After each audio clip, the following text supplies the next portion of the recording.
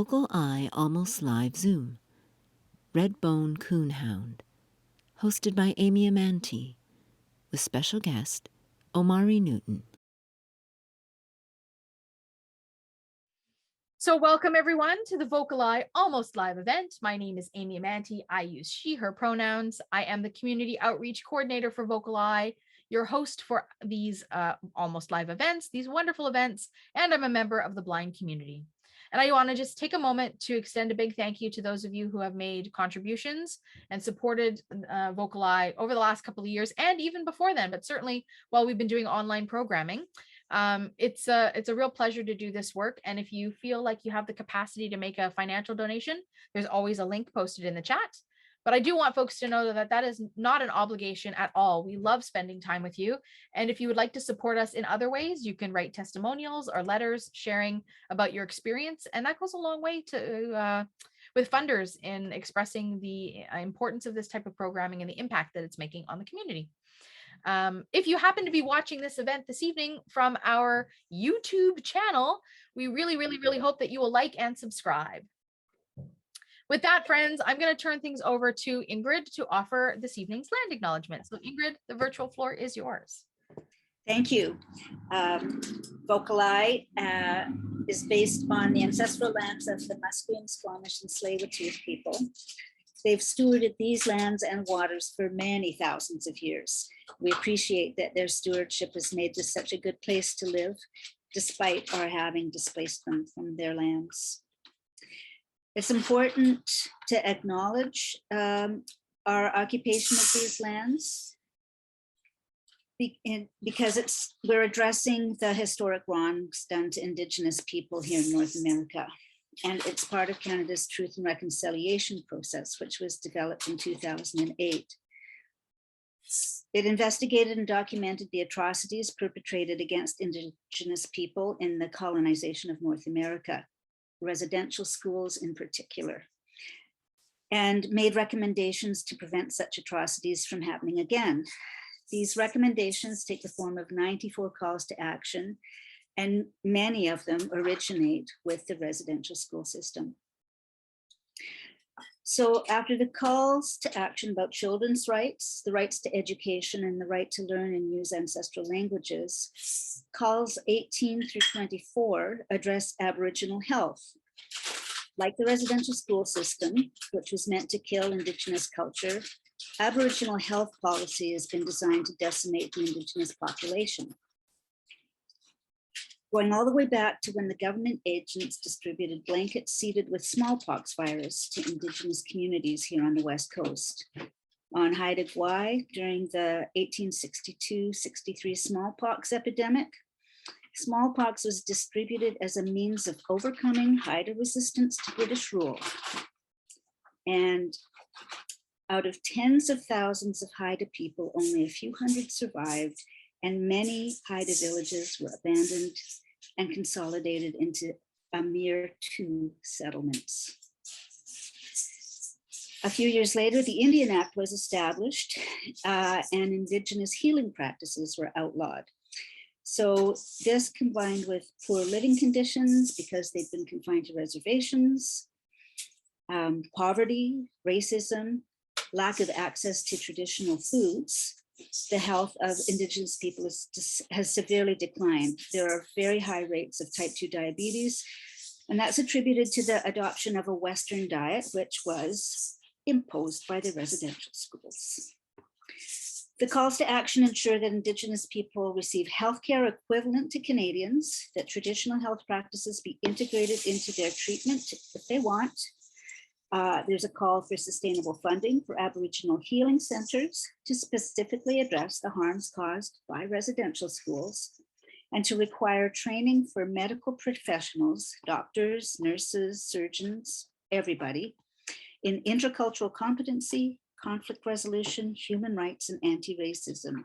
And the success of these actions is measured by indicators including infant mortality, maternal health, suicide, mental health, addictions, life expectancy, birth rates, infant and child health issues, chronic diseases, illness and injury, and the availability of appropriate health services because up until now, these indicators have been extremely low.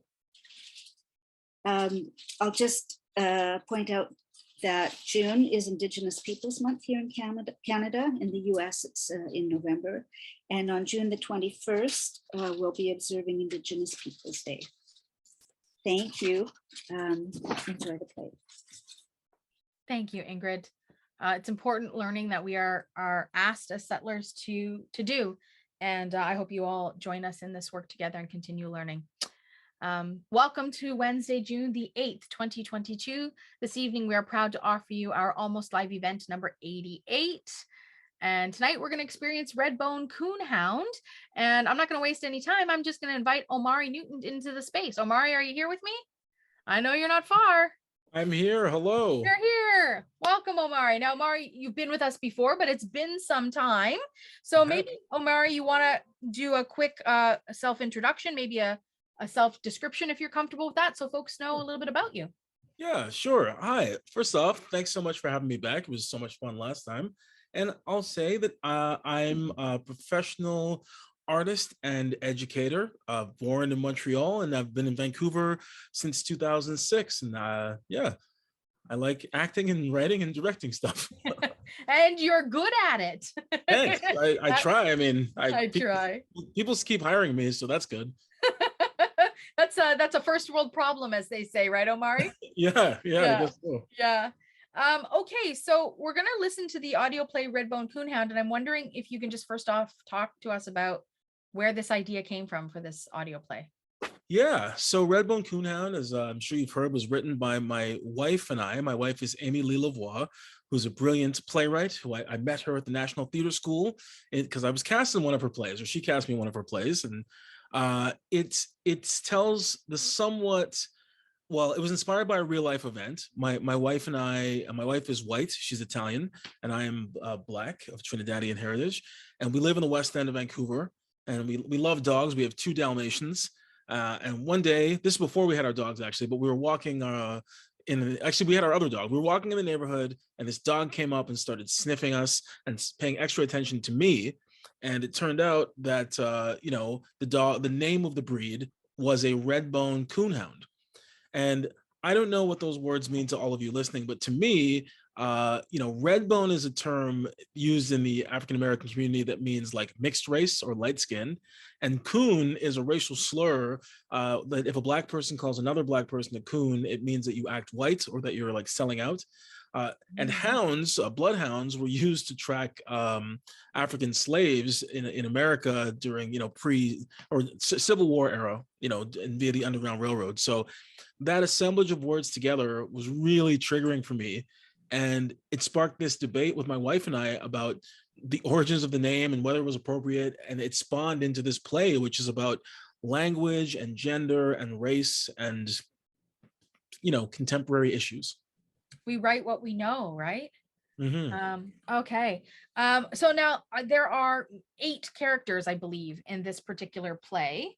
Mm-hmm. And I'm wondering if you could maybe share with us a little bit about who each of these characters are and maybe what their relationship is, because I want to make sure that folks can follow along auditorially as best possible from one character to another. So how do you want to set that up? Maybe you can start chronologically, or what works for you? Oh man, I don't have my script in front of me. Oh, well, okay. Well, just break it down in a very, we'll use plain language so that maybe it's easy to digest. So the main spine of the play, or the main characters, are Mike and Marissa, who are loosely based on my wife and I, and they're a married couple living in the West End. They meet an older married couple early in the piece, 2 white characters who have a dog, who have their Redbone Coonhound. And then what's interesting about this play is it spirals off into these fever dreams that are like mini plays that change location and tone and style. So there's one that's sort of a satirization of the Underground Railroad and the passage that many Black people made from the States across the border to the north into Canada. So there we meet 2 runaway slaves named Glib and Still. We meet Zach, who's a slaver. We meet Dolly and his wife, who are white characters who are sympathetic, or they're abolitionists, so they're sympathetic to the plight of Black people. We jump from that fever dream back into the contemporary world. And then we meet, who was it? There's Jordan, who's a young white man who's friends with them. And there's also Aisha and Gerald, who are two Black characters. And that group, they're friends from college. And they're getting together to celebrate the end of Black History Month when Mike goes on the speaking tour across Canada. And we jump from that through line into another fever dream where we meet a character called Miss Sue and Mr. Jimmy, which are kind of like Shirley Temple and Bojangles. And it'll be very obvious when we jump into that world, because there's a lot of song and dance and it gets pretty dark. Back to contemporary world, there's another fever dream called Jamal Makambe Yates. And in that one, we meet, I don't want to spoil it, but we meet an all-white family that their life gets turned upside down when their daughter brings home an unexpected new relationship. We also have The Black Agenda, which is kind of like a sci-fi Afrofuturist play where it's picture like Star Trek, but an all-Black crew with an agenda of ridding the world of anti-Black racism. Yeah, I think that's it. I mean, the sound, Owen Sounds Belton, like a lot, but it gets walked through the listening of the audio play. Totally, it sounds like a lot, but Owen Belton, who did the sound, he does a really good job with the audio of situating us in each world. So it's a comedy. It's funny. So enjoy the ride. And Omari, you are a voice. Are you the voice of Mike in this one? I do. In this audio recording, I do the voice of Mike, which is convenient because he's based on me. I guess it would be maybe silly for me to ask if Amy, your wife Amy, is playing Marissa then. She's not. I actually asked her to play Marissa because Amy is actually an awesome actress, but Amy is much more shy and introverted than I am. She's your classic writer. So she was like, I do not want to do any acting. So we have the lovely Kayla Dirksen does the voice of Marissa. Awesome. I'm really excited to get into this. And, you've touched on some of these things already, but are there sort of content warning pieces that folks should be aware of before we get into this? There's a lot of strong language. So if you're listening with young ones and you're worried about that, just be warned. The N word is used twice, but very strategically to make a point. And there's some descriptions of sexual violence as well. But again, it's satire. So it's done to kind of shed light on these injustices, but just be warned that it is for an adult audience. Okay. All right. Well, I'm really excited to jump on into this. And I know that that it got a lot of popular praise from folks that were listening to it when the Arts Club had first released it. And I remember you saying something originally that was like, well, I don't know, I think I might be canceled. Yeah. There's definitely that chance. And from the good news is we might get canceled by the left and the right, because this is kind of an equal opportunity satirical piece. All right. Well, that's a lot to unpack, but I think it gives us a really good foundation kind of moving into this world of what we're going to experience. And of course, folks who know me in the space, and of course, you know me, Omari, I'm a white girl. So this is an opportunity to listen, to learn, to continue to just continue in the work of being human beings. Yep. I think so. I hope that folks embrace this with that in mind. And so Omari, we're gonna listen to Redbone Coonhound, and we'll come back afterwards and do a Q&A with our audience. So friends, sit back and enjoy. This is Redbone Coonhound. Due to copyright restrictions, this featured presentation has not been recorded. Please check below for more information, including links to the material if it is hosted elsewhere.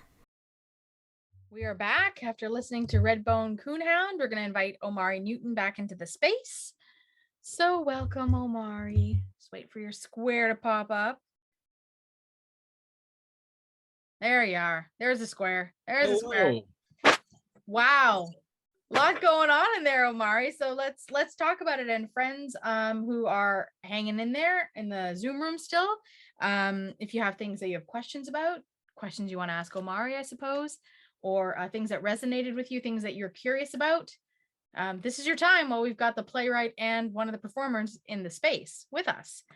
I want to actually just start at the end, Omari, where Mike is being chased by this dog, and the dog is, I guess, for all intents and purposes, harmless, loving. And so, I mean, it's articulated there, but for you, why was this an important moment?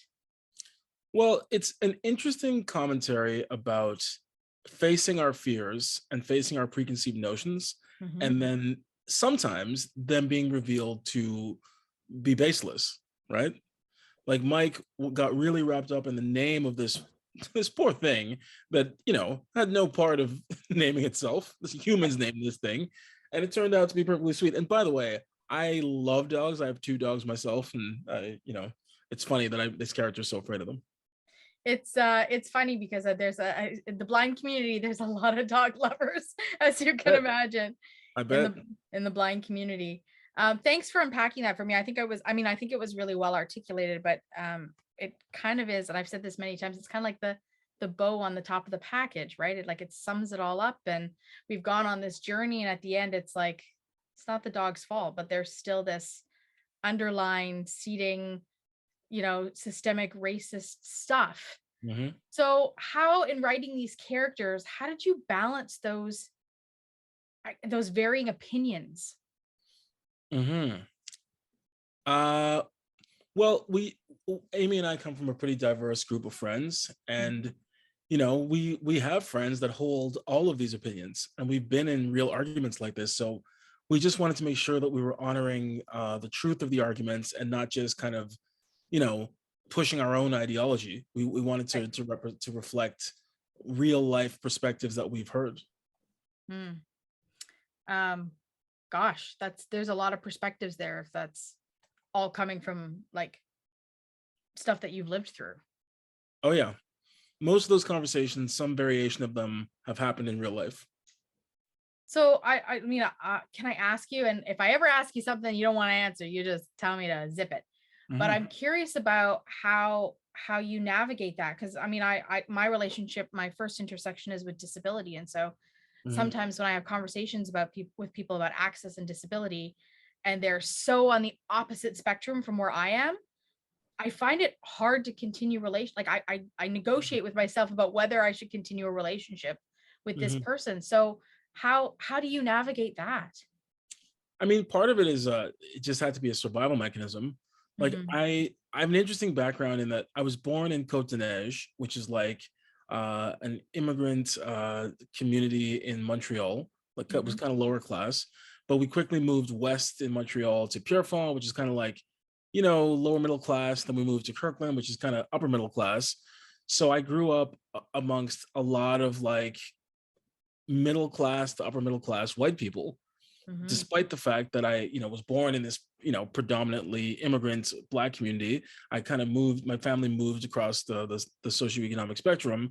So a lot of my classmates held some crazy views just from their conservative parents or and as one of the only Black guys in a space or my school, you just had to survive, you just had to learn how to kind of stomach perspectives that weren't the same as yours.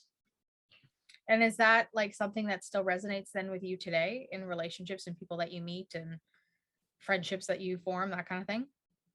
Yeah, well, just in the sense that like, I'm decidedly progressive / left in my politics, especially like socially. But when I hear people that are espousing like super conservative views, I'm like, oh, I know who you are. Like I played football with that guy, right. And I can hear your dad speaking through you. When we started at the top of this, I said something about, I referenced back that you said something like, we're going to be canceled. And you had responded to that about saying that this piece is like, there's something for the left and something for the right. In here, can you talk about that balance and how you wrote about that? Sure. Yeah, like an example would be, in the Black agenda, there's a character who gets beamed up that's a Black conservative with military service, and that was inspired by Colin Powell, passed away, right? This, Mhm. great African-American conservative figure in America. And I remember reading on Chuck D's Instagram. Chuck D is the one of the founders of Public Enemy, legendary rap group, very, very left wing. But Chuck D, when Colin Powell died, was like, rest in peace, Colin Powell, because regardless of politics, this was like a high-ranking political figure who was a Black man at a time when there weren't many, which is he's an inspiration to a lot of people. And Chuck D was like, rest in peace, Colin Powell. And his Instagram, which is populated by mostly leftist people, were like, F you, you traitor, you're garbage, right? And I was like, wow, like they're accusing the lead singer of Public Enemy of not being radical enough or not being progressive enough just for honoring the death of this guy, right? So that was a perspective that I wanted to bring into this piece, is like kind of the intra-racial policing. I mean, I imagine stuff like this happens in your community as well, when it's like within the community, there is a acceptable or popular way of being on many topics. And if you stray from that, you risk getting ostracized by your community. Oh, absolutely. Yeah, absolutely. Mm-hmm. We have a hand from Lori. So Lori, why don't you unmute and ask a question or share your comment? Just a second, it's not. We got you. Oh, we lost you. Oh, we got you. Okay. First, I like the dog in the display. Thank you. I'm a big dog fan. I'm with you. I've never heard of such of a dog before, that type of breed. Do they really exist? Yeah. It's the Redbone Coonhound is a real breed of dog that my wife knew about. They're hunting dogs and tracking dogs, and they, like we said in the play, they're descendants of bloodhounds in some way, and but the coon in the title was about raccoons that they would chase. So it is a real dog, but the racist undertones that my character thought existed, it's not the case. Right, and thank you for suggesting about the headphones, because it was some cool things happening with the head when you have the headphones in. Yeah, the stereo. There was some stuff that was really interesting, going to flashbacks, and when they had the thing about the black hole, it reminds me of a friend of mine who I'll be seeing tomorrow, who loves space and about black hole. So when it said black hole, I was like, okay, that's for my friend Sam. That's awesome. Omari, can you maybe give us a description of this, of like what a Redbone Coonhound looks like? Yeah. Here, I'm gonna look at one so I can describe it better. Pull up the old Google machine, and then we'll get your hand in a moment, Megan. So just hang in there. So Redbone Coonhounds, they're sort of like brownish, orangish, reddish in color. Their coat. They have short hair. They're very fit. They're very lean and long, and they have like big floppy ears that are sort of like triangular-ish shapes, like big floppy triangles, and big paws. And they just look very fit, and like they'd be great trackers. Yeah, I learned once about like tracking hounds in general, that the length of the floppy ears helps pick up the scent and push it into their nose as they're tracking whatever they're tracking. Because they use a lot of hounds in like duck hunting and that kind of thing, retrieving. Okay, Megan, why don't you unmute yourself?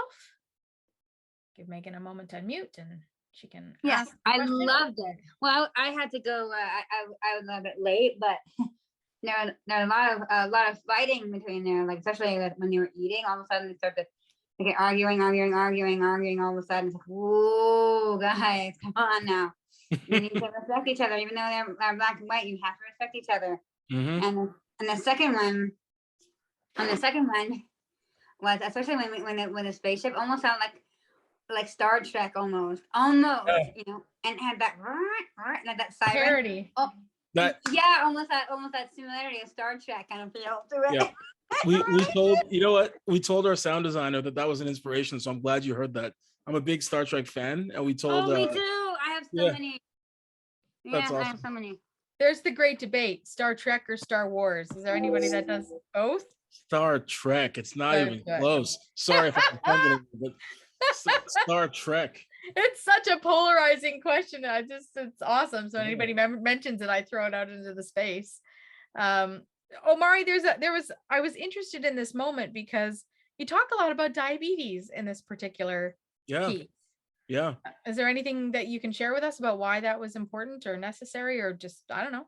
I am a type 1 diabetic, and it is Remember. yeah, that's right. That's right. And also, diabetes is quite common in the African American community, and my family is from Trinidad and Tobago, and it's quite common in Trinidad and Tobago. So I just thought it was very, like, to me, authentic to myself and my community, and I just thought it was important to mention that. And it's funny, you don't often hear people just in plays and movies talk about being diabetic, and it's a common thing. It's well, certainly type 2 is way more common than type 1 for sure.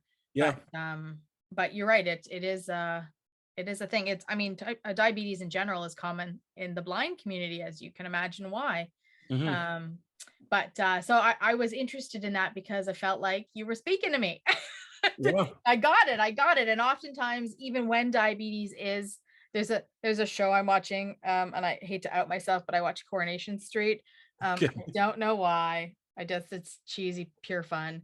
But they have a character now who's a type 1 diabetic, and I'm like, that's not how that works. That's not how that works. She's not high, she's low. You got the wrong terms, right? Like oftentimes it's misrepresented. Yeah. And that drives me bonkers. I know. It drives me bonkers. Well, and it's funny. There's stuff like the arguments in the play, right? Like my wife can usually tell when I'm low. I get grumpy, when I feel off, because it is. You're just tired, like you feel out of it, and like everything's annoying because you're just sluggish and irritable. And she always knows. She's like, "Did you eat?" Yep. That's a hypo. That's a hypo. Yeah. And sometimes I know some type 1 diabetics who have had their blood sugars drop so low that they appear to be intoxicated. Oh yeah. And when police arrive, they get thrown into jail and they can die quite easily because it manifests as it happened very, very closely happened to somebody in my close family. So jeez. Yes, it was quite a scary thing. Anyways, it can happen. So wear your medical alert bracelet just in case. I don't wear one either. Yeah, I don't, and I've been meaning to. That's a good reminder that although knock on wood, I've been lucky in that I've been able to manage mine pretty well the past couple of years, and I've had lows obviously, but I've never been like comatose or close to comatose, or like, knock on wood. Yeah, knock on wood. You and I can have a talk about this a whole other day. Yeah, Omari, I'll share some stuff with you. Okay, so we have a few more minutes to just chat about Redbone Coonhound, and what I want to ask about is the fact that this is going to be on the stage. Yeah. So when you originally wrote this, was it planned for a stage, or did you write it as a audio play? Because a lot of the Arts Club audio plays were originally written for stages, right? And then they were adapted. Yeah. So what was the journey?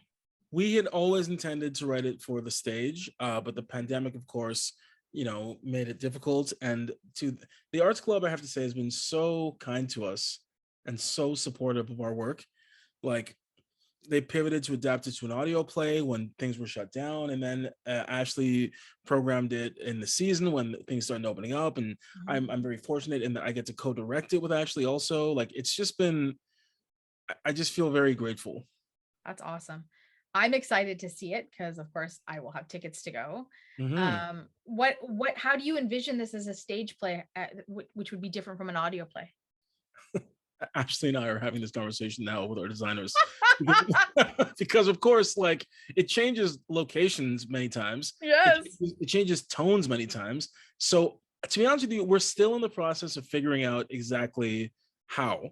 We're talking to our set designers and our costume designers about how to capture those quick changes, and we'll see. We'll see. All right.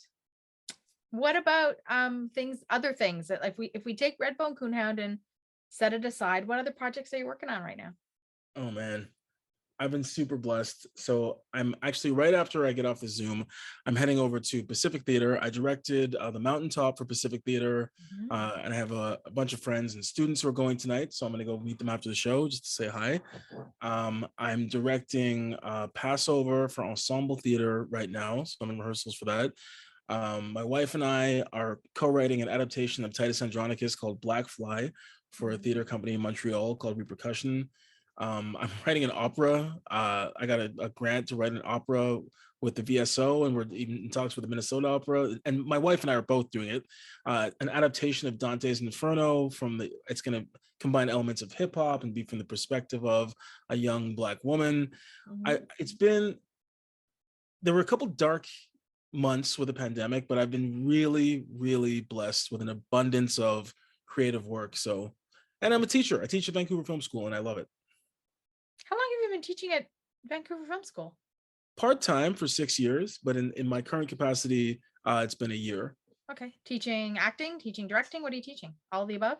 So technically, I say teacher because it's easier, but I'm a senior instructor, which means I run the 4-month program, or I help manage the 4-month acting program, and I'll do administrative work, and I also teach, and I'll coach other teachers, and it's just and help with student issues. It's an immersive job, but I get to be around artists and talk to young artists and inspire young artists. It's awesome. I took a couple of those programs many years ago. Oh, cool. Many years before I was a blind person. Okay. And I think it's so interesting because it was my first step into learning the difference between stage acting and film acting. Right. So it's not at all the same. So we've got a couple more hands here. So let's do Sean and Christy, and then we'll do Megan. So go ahead, Sean and Christy, either one of you. Go. Hi, it's Christy. Christy. I just had to chime in because I'm from Trinidad and Tobago. No way. Yeah, man. That's right? awesome. Where in Trinidad and Tobago? From up north, from Curragh, by St. Joseph. Okay. I'm from the north, man, not the south. Okay. So my father's from Port of Spain, which of course is the capital, and my mom's from San Fernando. Oh, okay. Right. So my dad is from down south, like Faizabad, and then my mom is up from Woodbrook. Okay. Which is, That's awesome. That's yeah. It's and funny. I just have to say, I've never dated a colored guy, so I don't know what that makes me. My parents are very disappointed. No, on one hand, I get points for dating white guys. On the other hand, I guess they want me with an Indian guy. So. That's funny. Yeah. That sounds reminiscent of something we might have just heard recently. Yeah. That's why I was laughing through it, because I'm watching the thing with my white boyfriend, right? So That's I'm like, awesome. like Sean, this is exactly what my dad would say. Like, I couldn't bring a black guy home at all. He'd probably like disown me or something. Yeah. So, Listen, my mom was pretty overt about wanting me to marry a black woman, but my parents met my wife Amy, who's white and Italian, and they love her. But yeah, they were like, you should marry a black woman. Yeah, because it's only your own culture that understands you, right? Sure. Yeah. So listen, I tell people, anybody that can put up with my brand of weirdo, like this is a very specific niche group of people. I can't be discriminating based on color. Yeah. Honestly, yeah. Like sometimes I'll make a comment and Sean will say, "Oh my God, I can't believe you said that." I'm like, I know, I grew up saying stuff like that. It doesn't even occur to me sometimes that it's horrible. Yeah. But anyway, just had to chime in. Fellow Trini here, 30 years in Canada. So amazing. Well, nice to virtually meet you. Yeah, nice to virtually meet you. Thanks, Christy, for sharing. Okay, Megan, we'll get you to unmute. Just give Megan a moment. Yes, for like Trinidad and Tobago, is that Trinidad and Tobago? Is that in Spain or is it Jamaica or near Jamaica? No, it's in the Caribbean. It's in the West Indies. Oh, cool. And I got here a whole whack of my Star Trek videos. Yeah, All of And them. the turkey. I got love it. 1, 2, 3. Well, I got a series. So this one's a TV series. So 1, 2, 3, 4, Amazing. 5, 6, 7. 7 of them. And is that the original one or Next Generation? Well, actually, I got 2 more, so I get 9. I got Star Trek New. Well, I said new. I would have said new. Star Trek Wrath. Amazing. Star Trek the series 2. I got the other ones are not in Braille, but I think first generation, those kind. Yeah, first generation. I got this one. I don't know. I don't have Braille on it though. That's awesome. Yeah, all in Star Trek. I just love it. Oh. I tell people when I was a kid, there wasn't a lot of Black people on TV. So first I remember seeing, Michelle Nichols on TV as Uhura and being like, and then when Next Generation came out, Geordie LaForge was my guy. Yes. Because being like, I was never like a cool Black guy. I was kind of a nerdy Black guy. And seeing Geordie and seeing LeVar Burton, I was like, I can identify with that dude. So Star Trek has a place in my heart and always will. I'm surprised. I'm surprised you didn't discover LeVar Burton first in Reading Rainbow. I mean, of course. That's where I first discovered LeVar Burton. I first discovered him in Roots, and I think my parent, and then reading. But yeah, LeVar Burton is the man. I can't even. I love him. And Whoopi Goldberg was also in Next Generation too. Of course. Yeah. See, I know some Star Trek. I know. Yeah. I think she's on Picard as well. What's the new series called that's just out? There's Voyager. No, not Voyager. Not Voyager. No, like brand new. Discovery. No, newer than that. Oh, Picard? No, there's a blind guy in it, a friend of VocalEye, Bruce Horak, and I just can't remember which Star Trek that is. Oh, right. I read an article about that. That's so cool. And he's the first. Yeah. The first like authentically blind regular character, right? Yeah. Strange New Worlds. He's not. No, he's not. It's a Star Trek. Oh. Can't remember which one it is. I'll have to Google it and I'll let people know when we do our social, and then I'll email you, Omari, and let you know. Very cool. All right, friends. Well, I want to thank Omari for joining us in the space. But we have a prize draw we have to get to, Omari. So Sarah's joining us. She's got a list of all the participants. And Sarah, I'm going to put you and Omari together and you can tell him what he needs to do. Thanks so much. Hi, Omari. Hi. Hi. So whenever you're ready, please just yell out your word. I have to scroll through a list, so I probably can't see you and the list at the same time, but I'll hear you. So what am I just yell stop, or what do I say? Yeah, you can yell. Come up with something a little more creative than stop, but essentially it's a pull word. Okay, so I just say any word.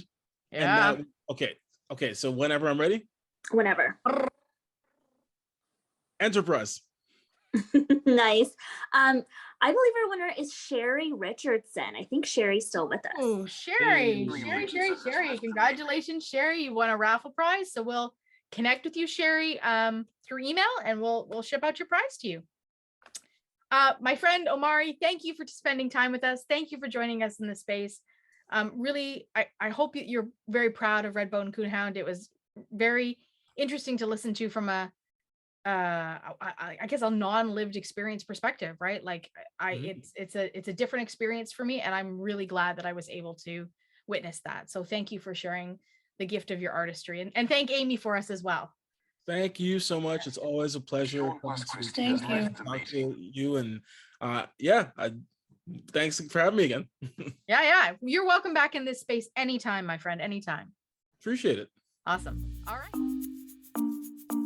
VocalEye, vocaleye.ca. Special thanks to our funders, the Canada Council for the Arts, the British Columbia Arts Council, the Province of British Columbia, and the City of Vancouver.